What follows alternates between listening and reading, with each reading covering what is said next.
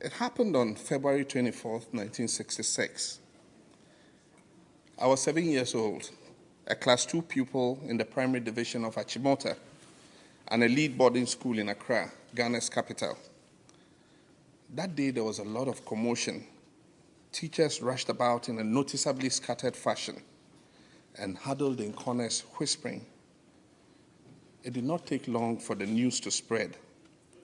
First through the upper school student body, then down to us, the younger pupils. The words I heard people speaking that day seemed to hold a certain air of mystery and urgency, especially the phrase coup d'etat, which was being repeated like a mantra. I had never heard it before, yet I knew without having to be told that it did not belong to any of the 6 languages that I spoke, not Gonja, not Twi, not Hausa, not Dagbani or Ga, not even English.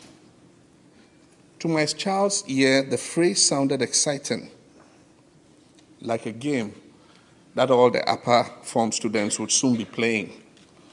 And from the moment I first heard it, coup d'etat, I wish I could learn how to play this new game as well.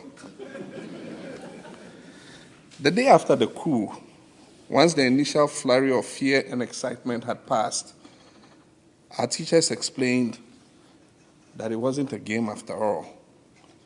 The phrase coup d'etat apparently meant the government had been overthrown. Even in plain English, the concept seemed nonsensical to me.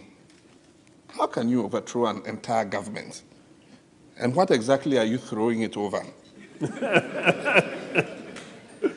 Days passed, and the news became more precise, and I began to piece bits of information together.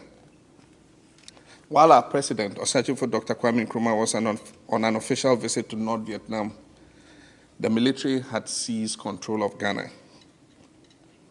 Dr. Nkrumah was Ghana's first president, and he was a true visionary. At the time, it was fairly commonplace for Ghanaian intellectuals to travel to Europe to complete their education and receive their advanced degrees.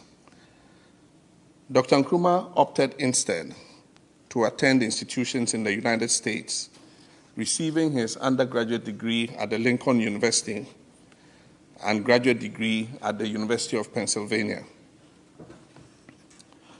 At Achimota, we heard that all the ministers of state had been arrested. This particular bit of information gave me pause because my father was a minister of state.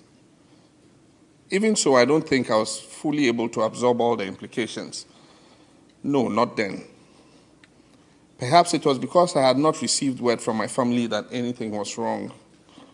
Or it might have been because I felt, as children so often do, that my family and I were somehow shielded automatically, exempt from anything tragic.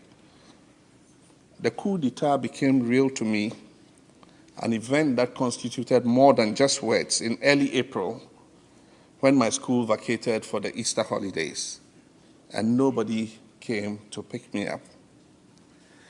I watched as all the other children left with their relations. Room after room of each dormitory was emptied of its occupants, until mine were the only footsteps in the halls, and still no one came.